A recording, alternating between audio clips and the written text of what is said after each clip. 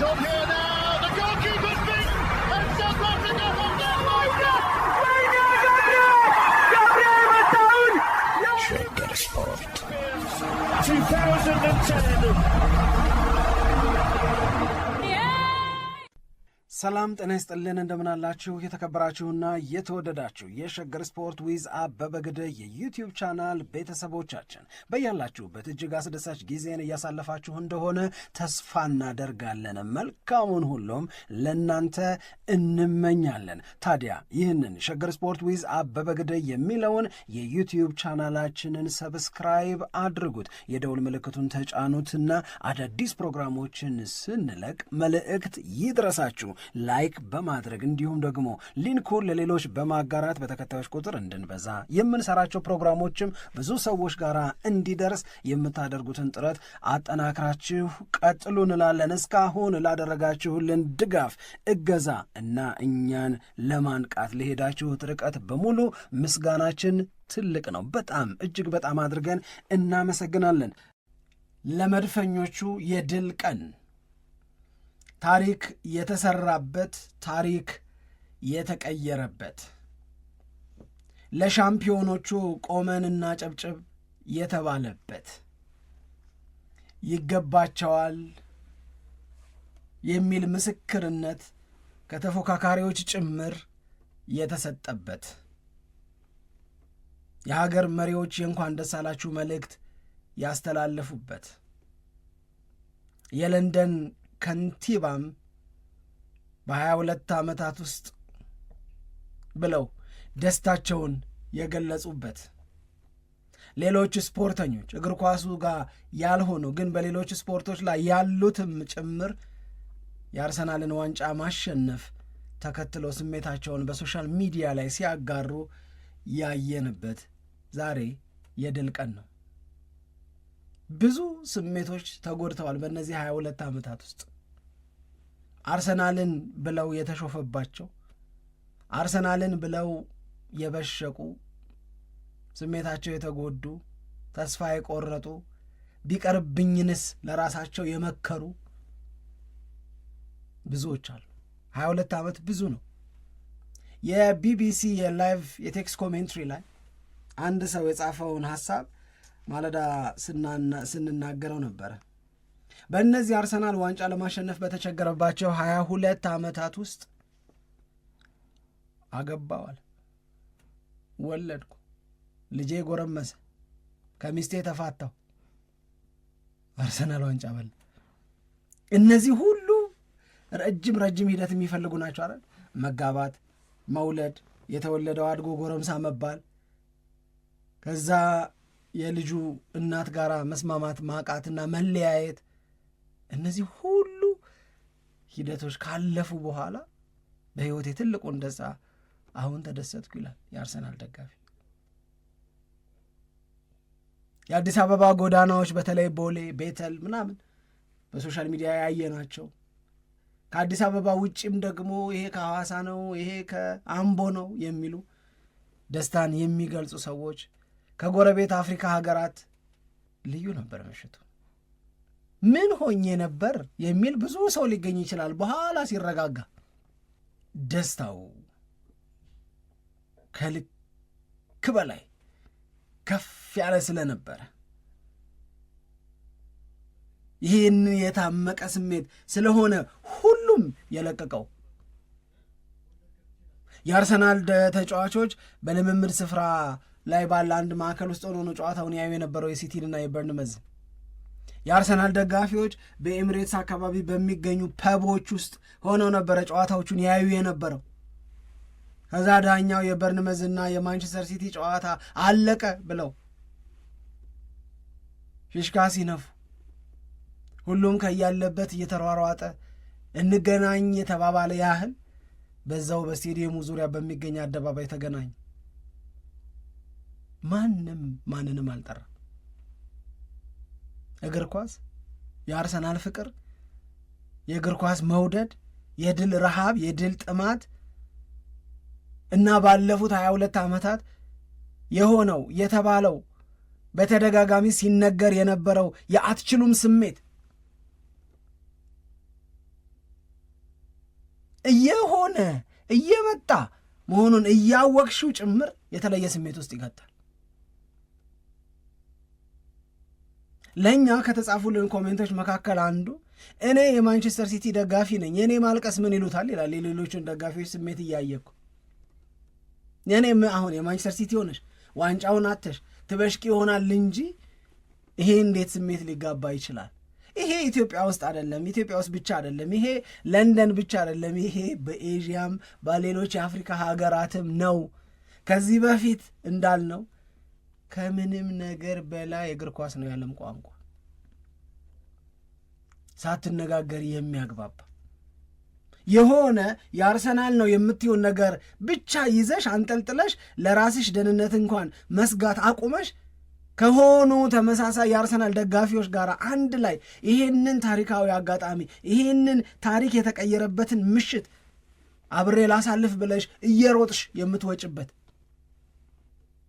ድል፣ ሻምፒዮንነት፣ ሙሽርነት፣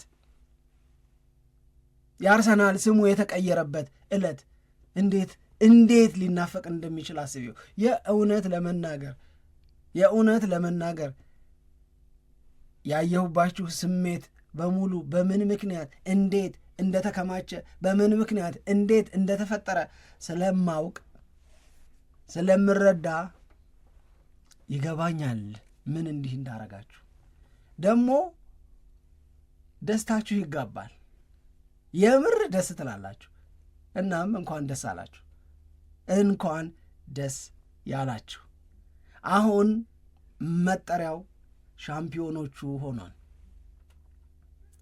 8060 ቀናት ናቸው፣ 22 ዓመት ማለት። ይሄ ማለት አርሰናል ለመጨረሻ ጊዜ በ2003-2004 ምንም ጨዋታ ሳይሸነፍ ዋንጫ መብላት ካረጋገጠበት ቶተናምን ነበር ያኔ በዛ ጨዋታ ላይ ያሸነፈው። ከዛች ጨዋታ አንስቶ ትላንት በርንመዝና ማንቸስተር ሲቲ 1-1 ተለያይተው አርሰናል ሻምፒዮን ሆነ ብለን እስክናረጋግጥበት ጊዜ ድረስ 8060 ያህል ቀናት አለፉ። አርቴታ እና የአርሰናል ተጫዋቾች ቆጠራው ይብቃሉ። 8061 አንልም፣ የምንለው አንድ ነው። አንድ ደግሞ የሚያመለክተው አርሰናል የፕሪሚየር ሊጉን ዋንጫ ማሸነፉን ያረጋገጠበት ሻምፒዮን መሆኑን ያየንበት የመጀመሪያ ቀን ማለት ነው። ጋርዲዮላ ይገባችኋል ብሏችኋል። ይገባችኋል ለአርቴታ ብሎ ስም ጠርቶ ለደጋፊዎቹ ብሎ ለአርሰናል ተጫዋቾች በዓመቱ ላሳያችሁት ልፋት፣ ላለፋችሁበት ውጣ ውረድ፣ ለነበራችሁ ጥንካሬ ይሄ ዋንጫ የእናንተ መሆኑ ልክ ነው ብሏል። ይገባችኋል፣ የእንኳን ደስ አላችሁ መልእክቴን ማስቀደም እፈልጋለሁ ብሏል። የአርቴታ የልጅነት ጓደኛ የበርንመዝ አሰልጣኝ ኢራዮላ አርቴታንና አርሰናልን ይገባቸዋል ብለዋል። በእኛ ዋንጫ እንዳሸነፉ ግን አልቆጥረውም ብለዋል። ለአርሰናል ደስ የሚያሰኘውን ነገር በእኛ ጨዋታ ላይ አጋጥሟል። የእኔና የእሱ የልጅነት ጓደኝነት ይታወቃል። እሱም ውለት አልጠየቀኝ፣ እኔም ለአርሰናል ብዬ አልሰራም። ግን ይሄ ጨዋታ እንዳለቀ የአርሰናል አሰልጣኝ ቴክስት ይላክልኝ ይደውልልኝ ለማረጋገጥ እንኳን የሚያስችል ስልኬን አላየሁትም አለ። ግን በእርግጠኝነት ወይ ጽፎልኛል ወይ ደውሎልኝ ሊሆን ይችላል። ግን ዛሬ እኛ ማንቸስተር ሲቲ ጋር 1-1 ባንለያይም በሚቀጥለው ቀን ስራቸውን ይጨርሱ ነበረ አለና ለአርሰናል ጉብዝና ምስክርነት ሰጠ። አርሰናል ጠንካራ ነው። አርሰናል ይገባዋል። አንዳንዴ ቃላት ቀሽም የሚሆኑብሽ እንዲህ ባለው ቀን ምን ብለሽ እንዴት ብለሽ ነው ይሄንን አጠር ቀልበጭ እምር አርገሽ ልግለጸው የምትችው? እንዲህ ያለውን ቀን እኔ መናገር ሳይሆን መኖርን ነው የምመርጠው። ሁሉም ስክን ሲል ያኔ እንደገና ወደ ገበታዬ ብመለስ ወደ እንጀራዬ ነው የምር ደስ የሚለኝ። ከባድ ነው።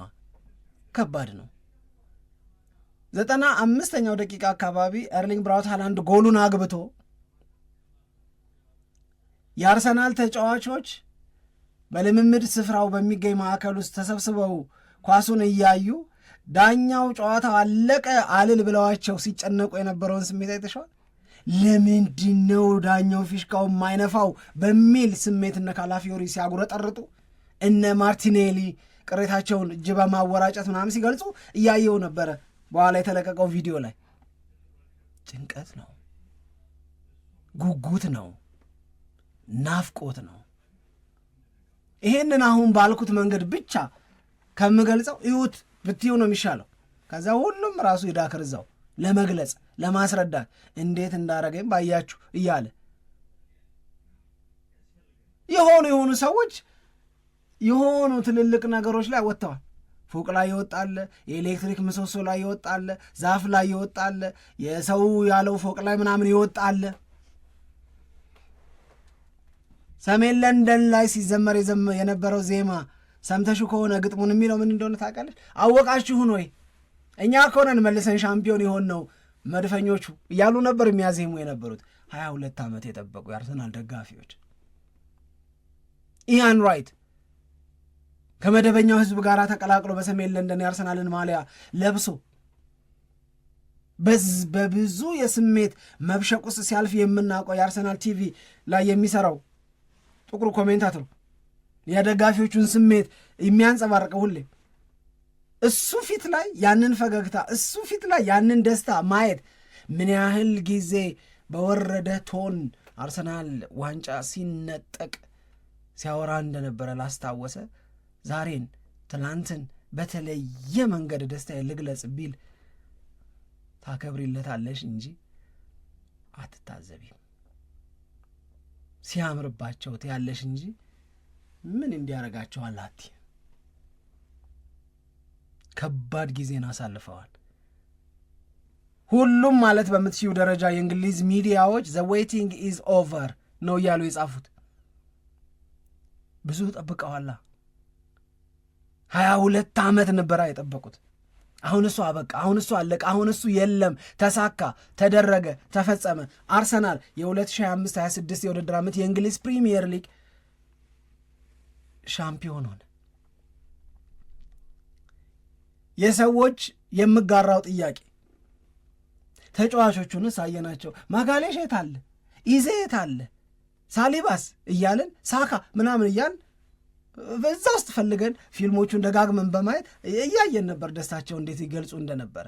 አርቴታስ የሚል ሰው ሳገኝ የሚል ሰው ጽፎ ሳይ ምናምን እንዴት ደስ እንዳለ ልነግርሻችን። ምክንያቱም አርቴታ በእነዚህ ባለፉት ተከታታይ ጨዋታዎች ለአርሰናል ጎል ሲያስቆጥር አርሰናል ላይ ገባ የተባለ ኳስ ሲሻር ከዌስትሃም ጋር የነበረውን የስሜት ውጣ ውረድ አይተሽ ፋይናሊ ሻምፒዮን ሆነ ሲባል ኢሚዲየት ሪያክሽኑን እንደ ሳካ ኢሚዲየት ሪያክሽኑን እንደ ሳሊባ እንደ ኢዜ የሆነ ጠረጴዛ ላይ ወጥቶ የሚያደርገውን አሳጥቶት ምናምን እንደነበረው የአርቴታን ማየት አላማረሽ? አልናፈቀሽ?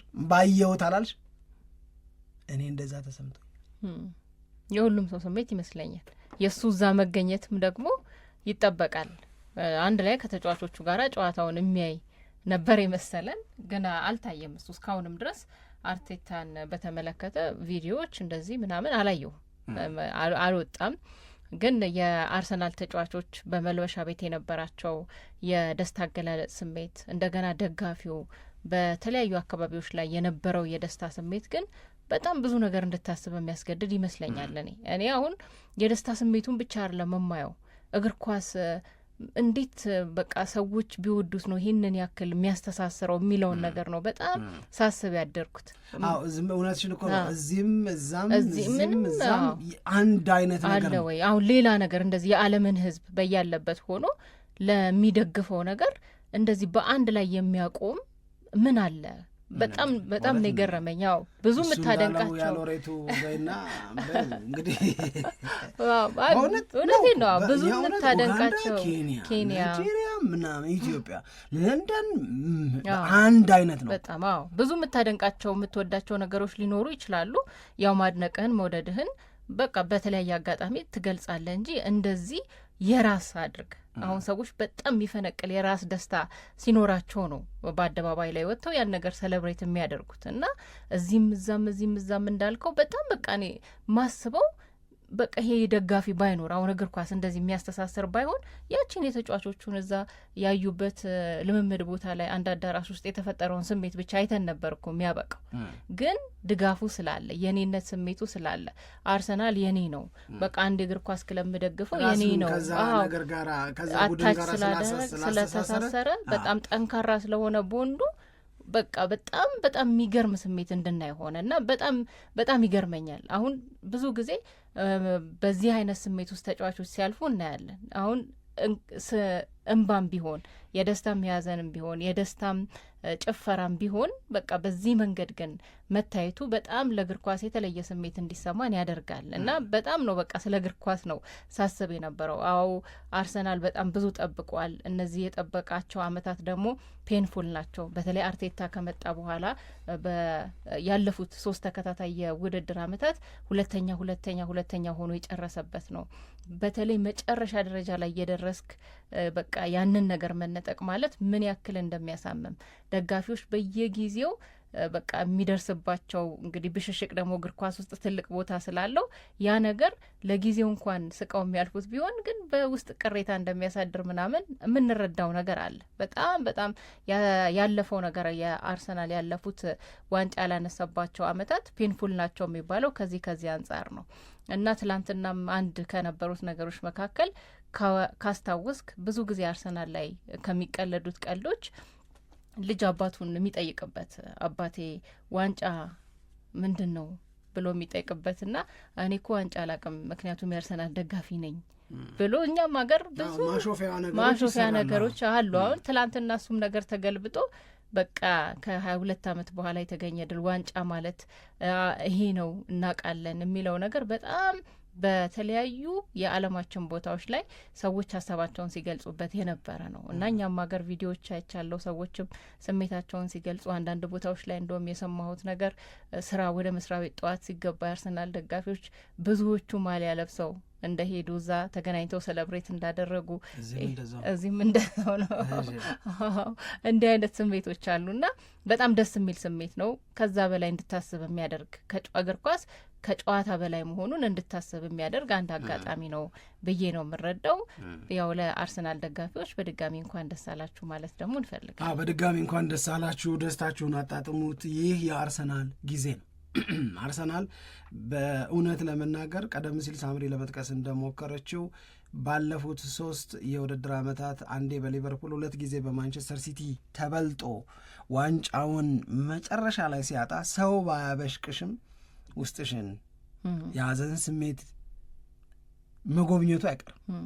ሰው ባይኖርም በዙሪያሽ የሚያበሽቅሽ ወይ በእግር ኳስ ውስጥ መበሻሸቅ ኖርማል ባይሆን የለም በቃ አም ብለውን የምንኖር እንኳን ብንሆን ያ ነገር መምጣቱ አይቀርም።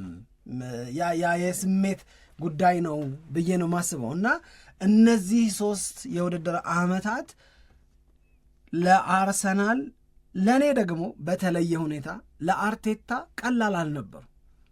የእውነት ለመናገር ለአርቴታ በጣም ቀላል አልነበሩም። ትናንት አንድ ጸሐፊ በጣም ያስደሰተ ነገር ላትወደው ትችላለህ፣ አርቴታን ልትወደውም ትችላለህ፣ ወደድከውም አልወደድከውም ግን ልታከብረው ምክንያት አለሃል።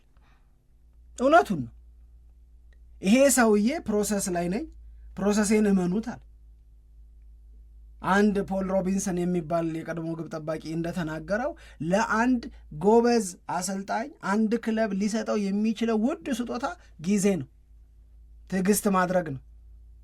ቡድን እንዲገነባ ምን አይነት ቡድን? አሸናፊ ቡድን እንዲገነባ ጊዜ ነው የሚሰጠው። አርሰናል ለአርቴታ የሰጠው ትልቁ ነገሩ ጊዜ ነው። እነዚህ 6 ዓመታት ውስጥ የተሰሩ ስራዎች ድምር ውጤት ነው የትናንትናውን ሁሉን በያለበት የሚፈነቅል የደስታና የክብር ስሜት እንዲመጣ ያደረገው። አቃቂሮች አሉ አቃል ይሄንን አርሰናል አናቀውም የሚሉ ሰዎች አሉ አቃል ይሄንን አርሰናል አውላቶጁ የምትሽበት ብዙ ምክንያት አለ። አልሳበኝም የምትይበት ነገሮች ሊኖሩ ይችላል።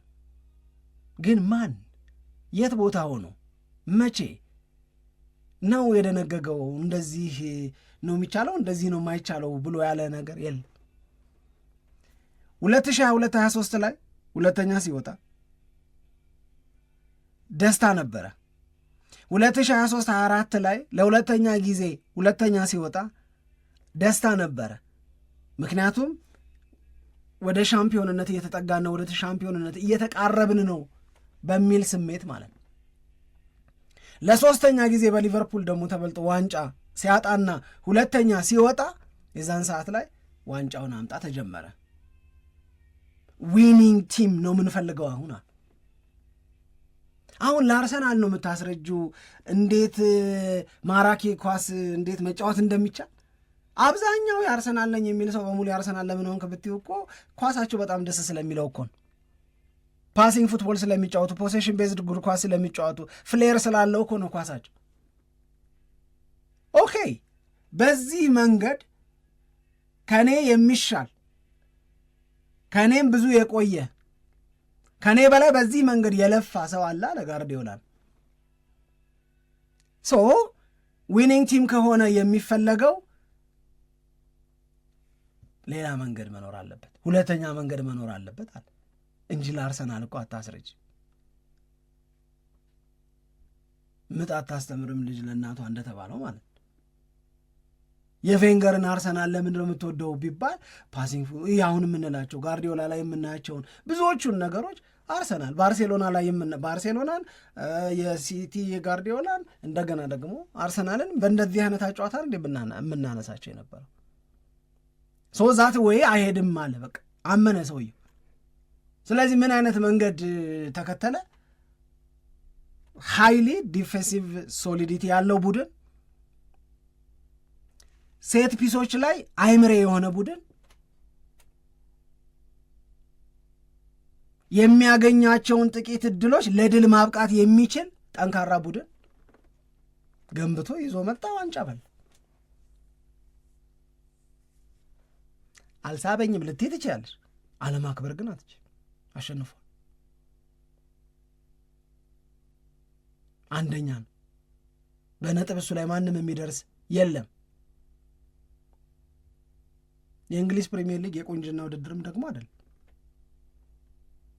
የእንግሊዝ ፕሪሚየር ሊግ ሁሉም ክለቦች በሰበሰቡት ነጥብ የሚለኩበት፣ እናም ዘንድሮ በተሰበሰበ ነጥብ አርሰናል ላይ ማንም መድረስ እንደማይችል በሂሳብ ስሌት ሲታወቅ ዋንጫ አሸንፈሃል ተባለ። ይህንን ያደረገበትን መንገድ ይዞ መጣ። ከሶስቴ ሁለተኝነት የሚያላቅቅን ነገር ይዞ ቀረበ። አርሰናል ዋንጫን አሸነፈ። ሰዎች በደስታ አለቀሱ። ሰዎች መተኛት እስኪያቅታቸው ድረስ አብሰለሰሉት። የታለፈውን ጊዜ ውጣ ውረዱን፣ የስሜት ጉዳቱን፣ መቅረብ ማጣቱን፣ አሁን የምር ማግኘቱን እና ያለ ፈቃዳቸው እንባቸው ይፈስ ነበር።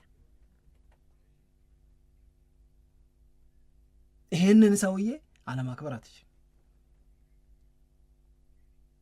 የቬንገር አርሰናል በ2003-2004 አንድም ጨዋታ ሳይሸነፍ የፕሪሚየር ሊጉን ዋንጫ ካሸነፈ በኋላ ለምንድን ነው ብዙዎቻችን እንደገመት ነው ቀጥሎም እነሱ ናቸው ቀጥሎም እነሱ ናቸው ቀጥሎም እነሱ ናቸው ያላል ነው? ስብስቡ እኮ ስለማይረባ አይደል። ስብስቡ እኮ እያረጀ ፌዳውት እያረገ የነበረ ስብስብ ስለነበረ እኮ አይደል። ሞሪኒዮ ስለመጣ እኮ። ሞሪኒዮ ምን ይዞ መጣ? ፊዚካል ፓወር ይዞ መጣ። ሞሪኒዮ ምን ይዞ መጣ? ፕራግማቲክ ሆኖ መጣ። አግሬሲቭ ሆኖ መጣ። ያንን አግሬሲቭ የሆነውን የሞሪኒዮን ቼልሲ መቋቋም አቃታቸው። ማን? አርሰናልም ማንቸስተር ዩናይትድም። ማንቸስተር ዩናይትድ ለ2 ዓመት፣ አርሰናል እስከ ትላንትና ድረስ። ግን የሞሪኒዮን ቼልሲ ብቻ ሳይሆን ከዛ በኋላ አርሰናል በተለያዩ ምክንያቶች እያቃተው የራሱም ግን ድክመቶች ተጨምረውበት ቡድን መገንባት፣ ሊበስል ሲል ማፍረስ፣ ሲፈርስ ሰዎች ሲወስዱባቸው ጠቃሚ ገንዘብና አሪፍ ተጫዋቾችን በምትኩ ማምጣት አለመቻል፣ ቋጣሪነት፣ እነዚህ ሁሉ ነገሮች ተደማምረው ይሄ 22 ዓመት እንዲቆጠር ግድ ሆነ። አርቴታ የመጀመሪያው ሰው አይደለም በተለየ መንገድ የእንግሊዝ ፕሪሚየር ሊግን ዋንጫ ሲያሸንፍ።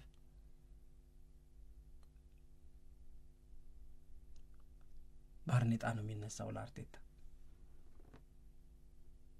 ተፎካካሪ ልትሆኚ ትችላለሽ። ዋንጫውን ለራስሽ ተመኝተሽ ሊሆን ይችላል። ዋንጫውን አንቺ እንደማትወስጂው እያወቅሽም እገሌ ከሚበላው ይልቅ እገሌ ይብላው የሚል ምርጫ ሊኖርሽ ይችላል። ከራስሽ ታሪክ ከራስሽ ጉዳይ ጋር አነጻጽረሽ ከብሽሽቅ ስጋት ብዙ ነገር ልትይ ትችላለሽ። ነገር ግን በዚህ ጊዜ አሪፍ መልእክቶችን አይቻለሁ። ለምሳሌ በቃ ሃትስ ኦፍ። በእግር ኳሶች ብሽሽቅን ማስቀረት አይቻልም። የሚኖር ነው ያለ ነው። ነገ በቻምፒዮንስ ሊግ ፋይናል በፒኤስጂ ቢሸነፍ አርሰናል እንኳን ደስ አላችሁ ያሉ መልሰው አብሻቂዎች ይሆናሉ።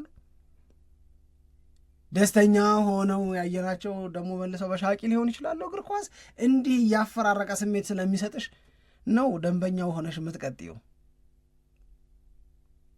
አርሰናል ይህን ጊዜ ተቆጣጥሮታል። ሲኤንኤን በዩ ቢቢሲ በዩ በሌሎች ፖለቲካዊ ዜናዎቻቸው መካከል ቶሎ ጣልቃ የሚገባው ዜና የአርሰናል ከ22 ዓመት በኋላ ሻምፒዮን የመሆኑ ጉዳይ ነው።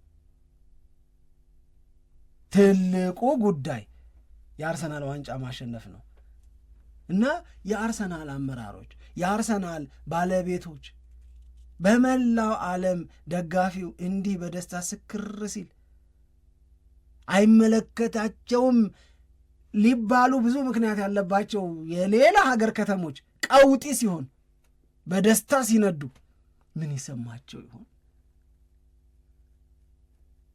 የሀገር ኳስን የመጀመሪያ ሀሳብ አድርጎ ያመጣ ሰው ምን አይነት ልክፍት ውስጥ ነው ለክፎ ሄደው? ከባድ ነው ሳምሪ። በጣም እግር ኳስ ያልገባቸው ለእግር ኳስ ሩቅ የሆኑ ለእግር ኳስ ኬሬዳሽ ናቸው የምንላቸው ወይ ግዴለሽ ናቸው የምንላቸው ሰዎች አያቋችሁ የምትል አንድ የተለመደች አስተያየት አለቻቸው።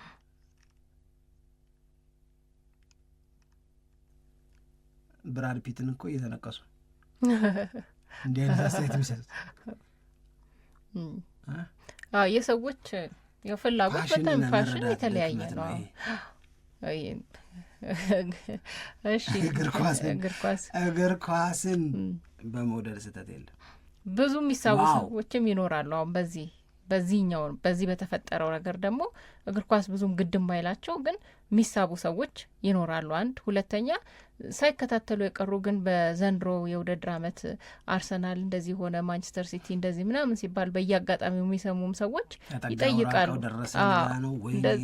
የሚለው ይጠይቃሉ፣ አርሰናል እንዴት ሆነ ምናምን የሚል ጥያቄ ይኖራቸዋል፣ ይጠይቃሉ። እና ግን ቅድም ያነሳ ነው ያው የስሜት ትስስሩን የበለጠ የሚያሳይ ነው። ለማንኛውም ያው ትላንትና የማንቸስተር ሲቲ እና የበርንመዝ ጨዋታ አቻ በሆነ ውጤት ስለተጠናቀቀ ባለበት ሆኖ አርሰናል ዋንጫ ማንሳቱን አረጋግጧል። በመጨረሻው ሳምንት እሁድ በሚደረገው ጨዋታ ላይ ከክሪስታል ፓላስ ጋር በሚደረገው ጨዋታ ላይ በጣም ብዙ ሴሌብሬሽኖች ይጠበቃሉ። እንግዶችም ደግሞ ይታደማሉ ተብሎ ነው የሚጠበቀው። ምክንያቱም የቀድሞ የአርሰናል ተጫዋቾችም ወደ ጨዋታው ስፍራ የሚመጡበትን ከአሁን ተጫዋቾች ጋር አብረው ሴሌብሬት የሚያደርጉበት አንድ መድረክ ወይንም ደግሞ አንድ የተዘጋጀ ኢቨንት ይኖራል ተብሎ ነው እየተጠበቀ የሚገኘው። ከዛ በኋላ በለንደን ጎዳናዎችም ላይ የአርሰናል ተጫዋቾች ከደጋፊዎቻቸው ጋር የሚገናኙበትን ፕሮግራም ይኖራል። እነዚህ ያው የተለመዱ የደስታ መግለጫ ከደጋፊዎች ጋር አብረው ጊዜ የሚያሳልፉበት ወቅት ነው የሚሆነው። ግን ትላንትና እንዴት ነበር ምሽታችሁ ብለን የአርሰናል ደጋፊዎችን ብንጠይቃቸው በጣም ደስ ይለኛል። እሱን እናደርጋለን። ደስታቸውን ለማየት ከምንጓጓላቸው በቅርብ ከምናውቃቸው ሰዎችም ያው ስሜቶቻቸውን እያየን ነው።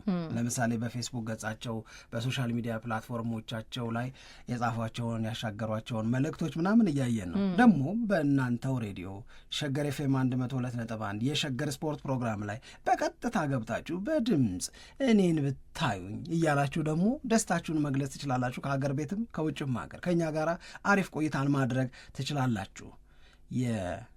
ግርማ ፍሳኔ ፌስቡክ ጽሁፍ ላንበበውና ወደ መልእክት እንሂድ። መልእክት አይደለም ዜማ ነው የምትጋብዘው። በልዩ ሁኔታ የመረጥነው ዜማ አለ። ስለዚህ ግርማ ፍስሐ አንዳንድ ነገሮች ግርማ ፍስሐ ማንን ምን እንጠይቅለው? ትንሽ ቻሉን ይላል። ወደን ነው ትንሽ ቻሉን። ይህ የአንድ ዋንጫ ታሪክ ብቻ አይደለም። የመጠበቅ፣ የመታገስ፣ የመተማመን እና ተስፋን አለመተው ታሪክ ነው።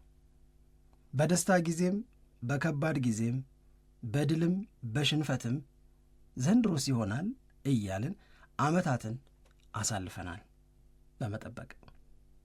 ብዙ ጊዜ ተሳለቁብን፣ ብዙ ጊዜ እስከ መቼ ተብለን ተጠየቅን። ነገር ግን ፍቅር ያለው ደጋፊ ቀን አይቆጥርም። ዛሬ ግን መጠበቁ ዋጋ እንዳለው አረጋግጠናል። የዛሬው ደስታ የአንድ ቀን አይደለም፣ የ22 ዓመታት ትዕግሥት ውጤት ነው። ለሁሉም የፌስቡክ ጓደኞቼ፣ የማንቼ፣ የቼልሲ፣ የቶቲ ሁላችሁም ዛሬ ትንሽ ቻሉን። የመጠበቅ ፍሬ ይሄው ነው። በእውነት አንዳንድ ደስታዎች ሲዘገዩ ይበልጥ ያምራሉ።